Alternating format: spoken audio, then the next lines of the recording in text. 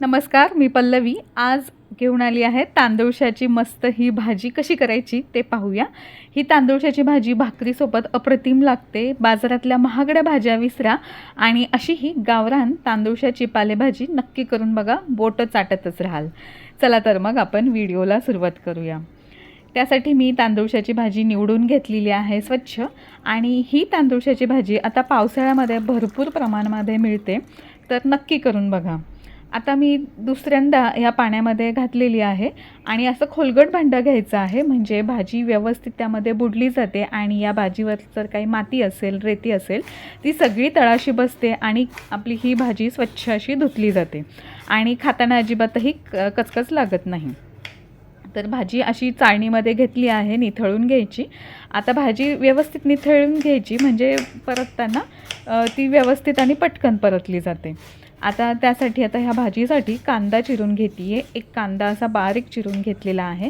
जर नाही आवडत तर नाही घातला तरीही चालेल, पण कांदा घालून केली तर ही भाजी खूप छान चवीला लागते।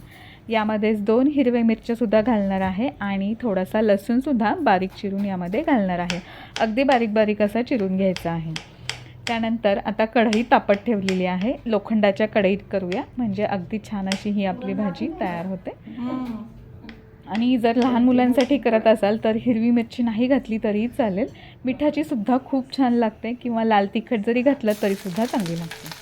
आता या कढईमध्ये पहिला मी घातला आहे लसूण, हिरवी मिरची घालून घ्यायची आहे। लसूण आणि हिरवी मिरची 1-2 मिनिट फक्त परतून घ्यायची, त्यानंतर लगेचच घालायचा आहे कांदा।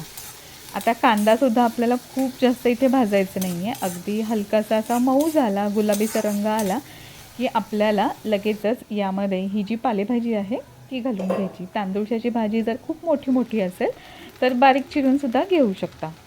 तर हे बघा, भाजी आपण घालून घेतलेली आहे आणि व्यवस्थित निथळलीसुद्धा आहे, त्यामुळे खूप जास्त शिजली जात नाही। यामध्ये पाणी आटेपर्यंत आपल्याला शिजवावी लागते ना। तर आता भाजी जशी जमेल तशी एकत्र करून घ्यायची आहे या कांद्यामध्ये, आणि हे बघा अशी भाजी खाली बसू द्यायची आहे आधी, लगेचच मीठ घालायची घाई करायची नाही आहे। तर आता हे बघा भाजी व्यवस्थित एकत्र करून घेतली आहे, खाली बसली आहे। आता मीठ पुरेसं घालून घ्यायचं आहे आणि एकत्र करून घ्यायचं आहे पुन्हा। आता या भाजीला बरंचसं पाणी सुटलं जातं मीठ घातल्यानंतर। गॅस मध्यम आचेवरच ठेवायचा आहे आणि फक्त एक अर्धा मिनिट तरी आपल्याला यावरती झाकण ठेवायचं आहे, म्हणजे चांगली शिजलीसुद्धा जाते। तर हे बघा अशा पद्धतीने 1 मिनिटभर आपण झाकण ठेवून ही भाजी छान अशी शिजवून घेतलेली आहे।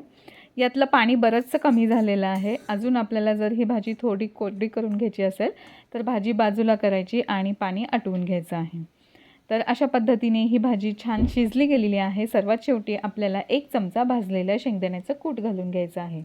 तर अशा पद्धतीची ही गावरान मस्त आपली तांदूळशाची भाजी तयार झाली आहे। व्हिडिओ आवडला तर लाईक, शेअर आणि सबस्क्राईब नक्की करा। धन्यवाद।